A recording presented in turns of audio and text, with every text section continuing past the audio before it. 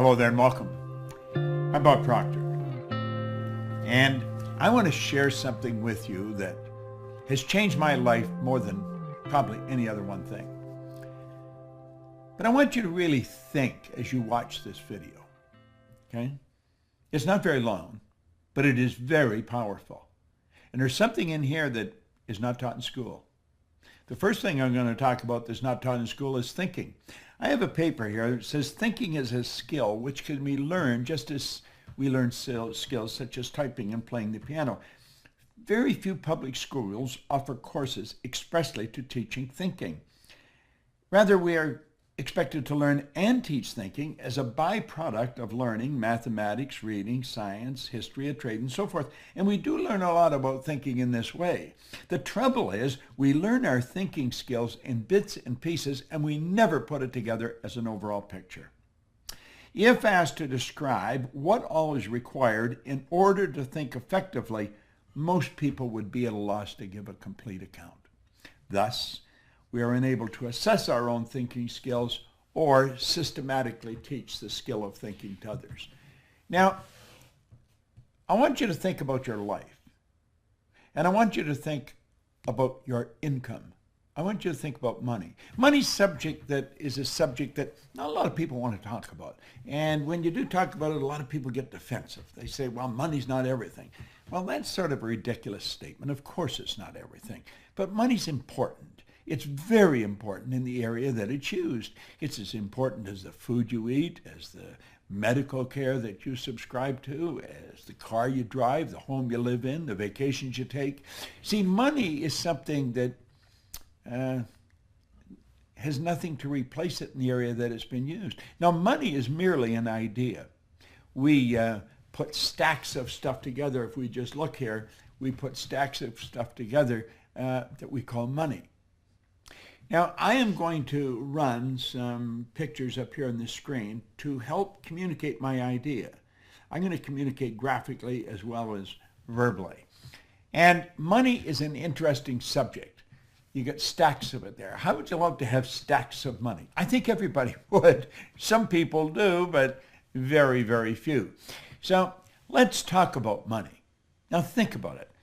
I frequently ask a person if they come to work with me, what's the most you've ever earned in a year? I really don't care what the answer is, but I want to know what the answer is.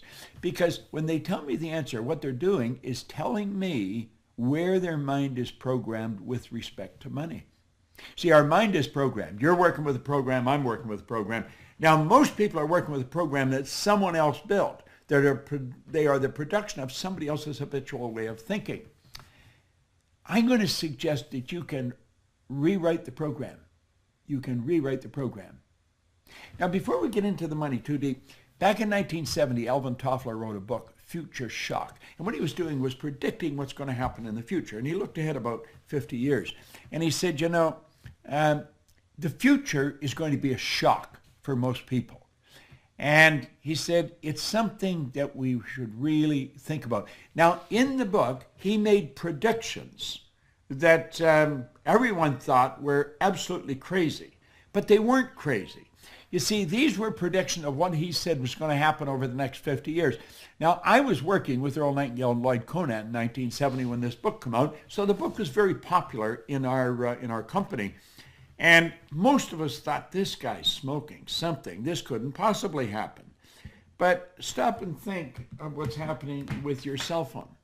I can type a message here, and I can send it anywhere in the world. And you'll see it simultaneously with me sending it. If you would have suggested that in 1970, people would have thought you were losing it. Well, he recently came out with something. He said, the illiterate of the 21st century are not going to be the people who cannot read and write. The illiterate of the 21st century are going to be the people who cannot learn, unlearn, and relearn. They're going to be the people who cannot learn, unlearn, and relearn. That's called changing your paradigm. And I want to share some information with you. If you've already got it, it's really good to hear it again. If you haven't got it, you're going to love it because it's about money, okay? And it's really about how to create all you want. You have to have multiple sources of income. You can go back to the ancient Babylonians, as far back in ancient history as you can go, and you're going to find that the wealthy people all had multiple sources of income. Now, I want you to think about these figures that you're looking at here. 3% of our population are earning 97% of all the money that's being earned. And everybody says that's unfair. Well, it's based on a law. That's really what it's based on. Our income is the harvest of our production. That's really what it is. But 3%. Now think of this for a moment. Some of those 3% are not very well educated insofar as we look at education. Some of them are functionally illiterate. They can neither read nor write. Now, some of them are absolutely brilliant. But you're going to find people that are absolutely brilliant that fall into the 97% category that have to split up 3% of the money that's earned. So why and how does this happen? Well, that's what I want to talk to you about. You see, you can become one of the 3%. Now, if somebody had told me that 55 years ago when I first got into the studying of this information, I would have thought they were dreaming. But my income went from $4,000 to $175,000 in a year. And it was based on the concept that I want to explain to you here. It's a very, very powerful idea. It really is. But what we have to understand is that the earning of money is something that doesn't happen by accident. You see, you can belong to this 3% group by creating multiple sources of income. Now, as I just said a minute ago, wealthy people historically have always had multiple sources of income. This isn't an accident. It's by design. You can design this. So I'm going to ask you to really pay attention here. And you probably want to watch this video a number of times.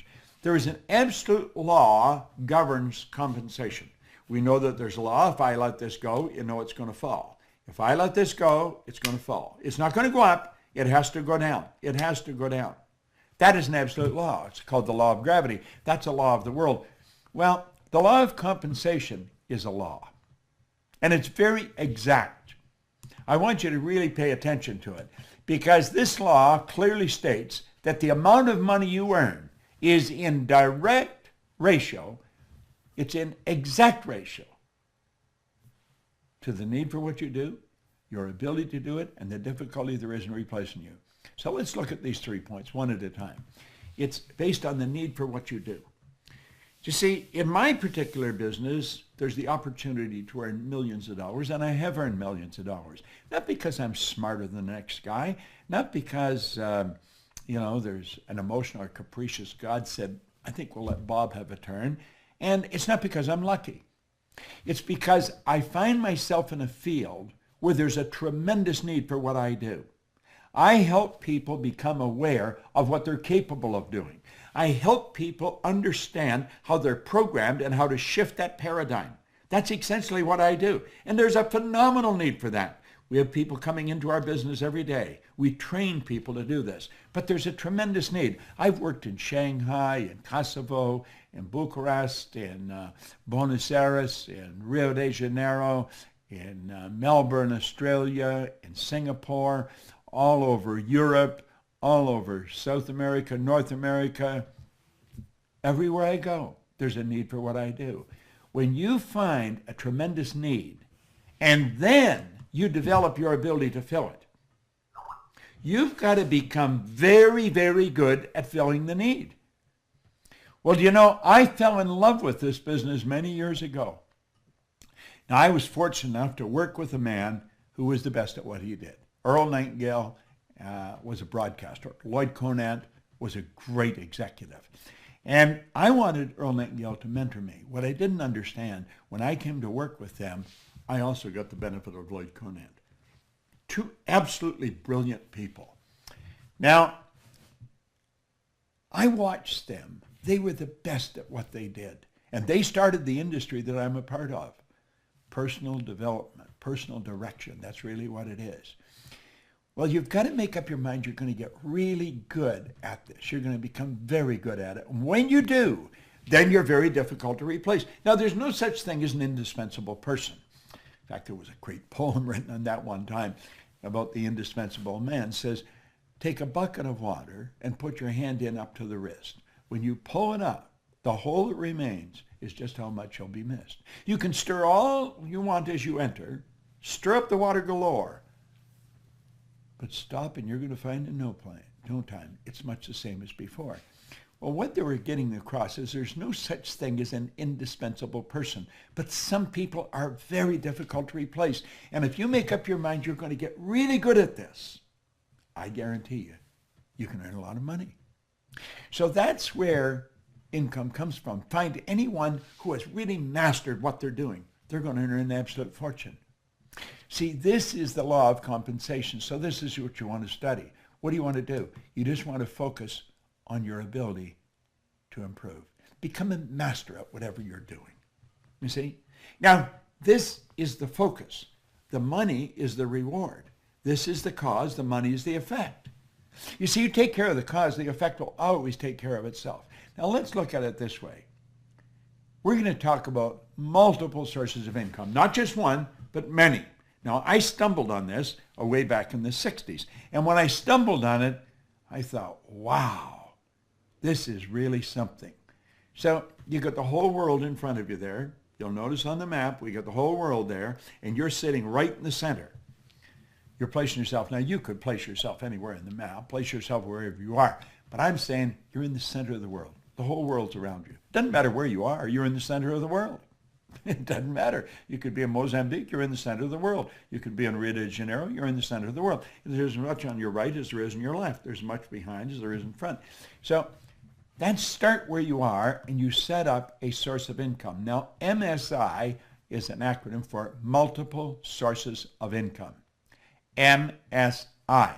Now, where you are is what you're earning right now. That's your present income. The MSI is an additional income. It's not another job. It's not a better job. It's not even a job. It's a source of income. See, money is reward received for service rendered. When I was sleeping last night, I was rendering service based on stuff that I did some time ago. Think of it this way. Think of some kind of a rock star. Think of Elvis Presley. His estate is still earning money from records of his that are being played on the radio. That's right. He made recordings, and those recordings are being played on the radio, and every time they're played, money goes into his estate. That's called a passive income. That's called a source of income. Well, you can start sources of income. You can start them all over the world. You may say, well, how? Well, you don't have to know how. You just have to make a decision that you're going to do it. The how will come. Don't let the how trip you, okay? And once you get one going, then you get another one. And it may be in a related field right near where you are. See, I believe you can set up sources of income that are very closely attached to what you're already doing. And then you may go to the other side of the world and set one up.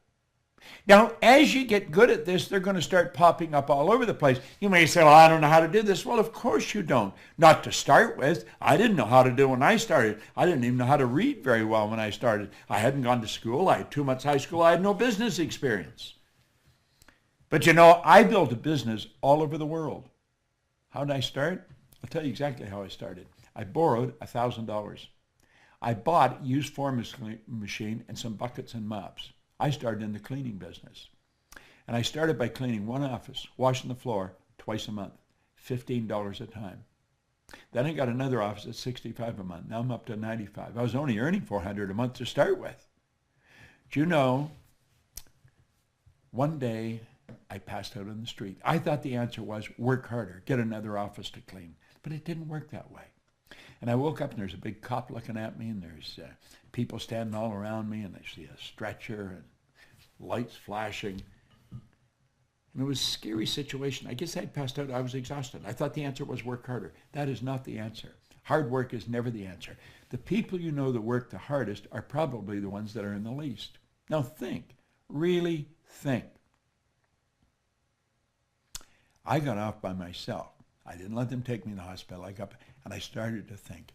And I realized it was like something inside of me said, Bob, you're doing something wrong. And then another little voice said, if you can't clean all of them, don't clean any of them. Do you know, over the next 5 years, I was cleaning offices in Toronto, Montreal, Boston, Cleveland, Atlanta, London, England. and the income was just rolling in from all over the place. Now, I'm not telling you to go clean offices. I'm telling you that I stumbled on something. It took me 10 years to find out what I was doing different. I had set up multiple sources of income. Now, I wanted to know how I changed. Why did I change? My income went over $1 million, and I didn't really know what I was doing different. I started to study. It took me 10 years, and I realized I didn't have one source of income. I had many sources of income.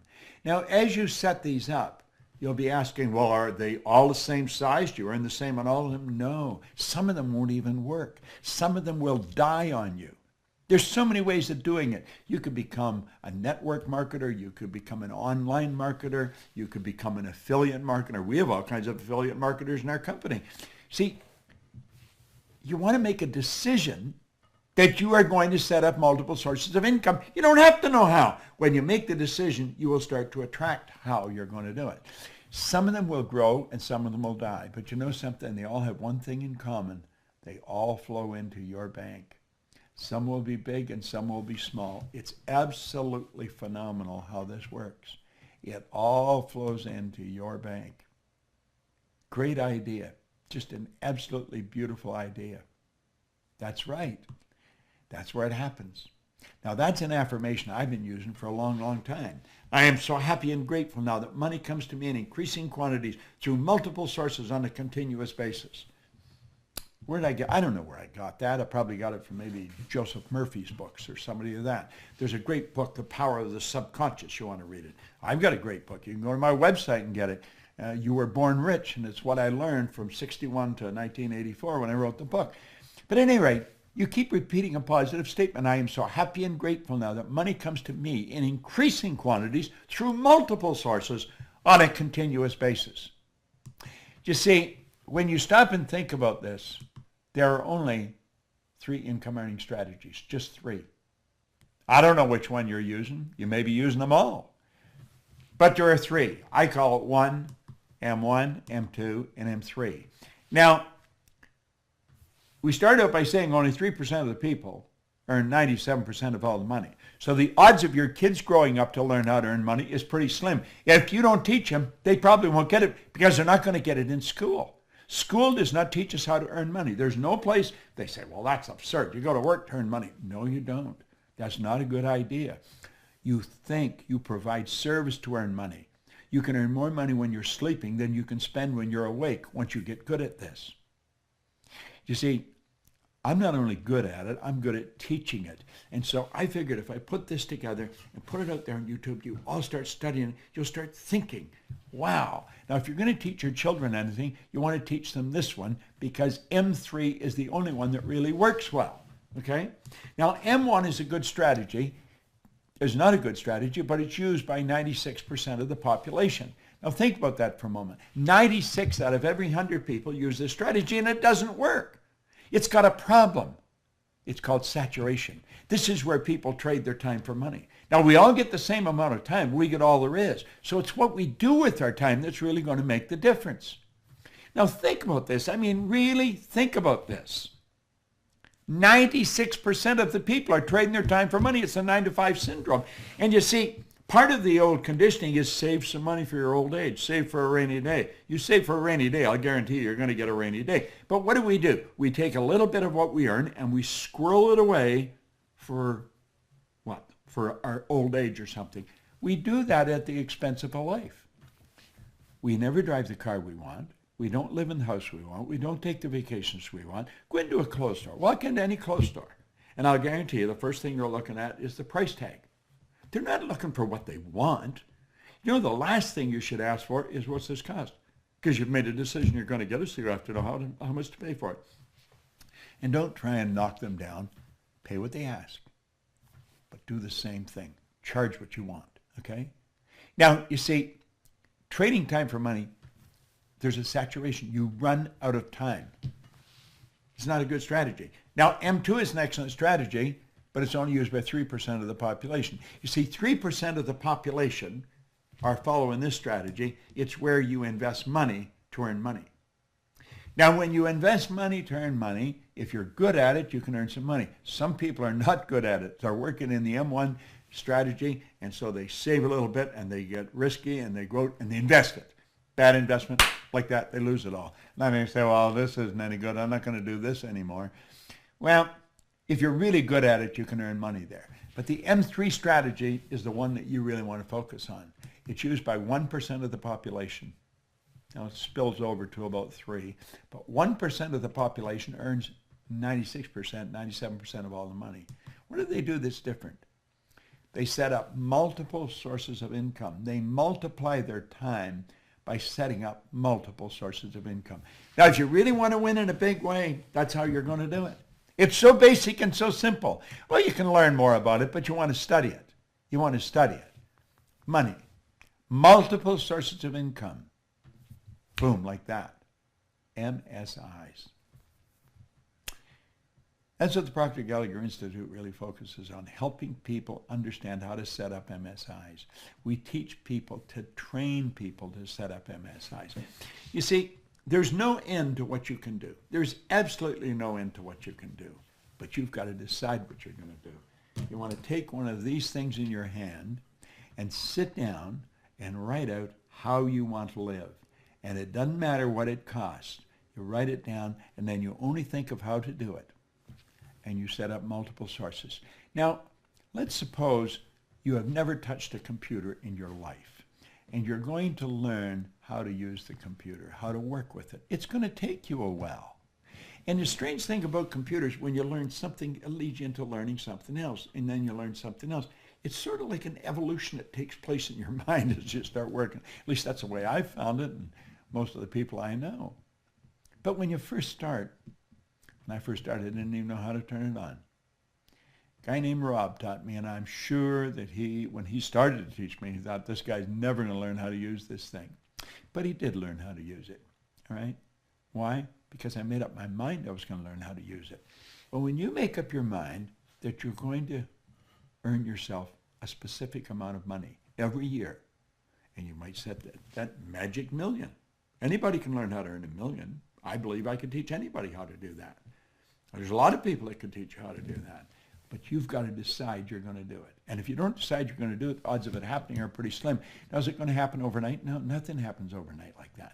But over a period of time, let's say over 6 months, you're going to learn how to master this thing. You're going to learn how to set up MSIs. And after you learn how to do it, then you're going to start to learn how to multiply it.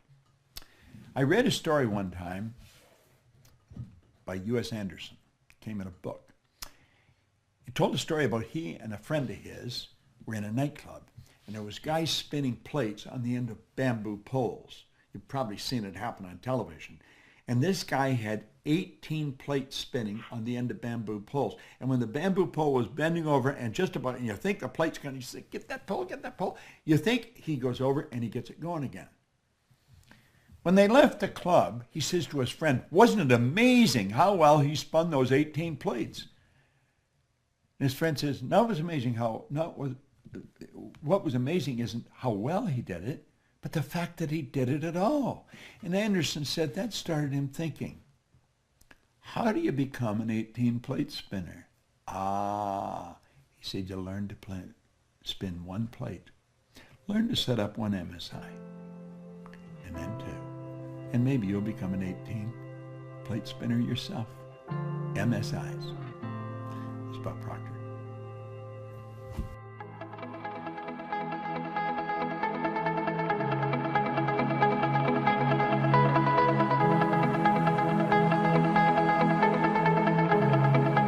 Check us out at ProctorGallagherInstitute.com for tips, tools, and resources.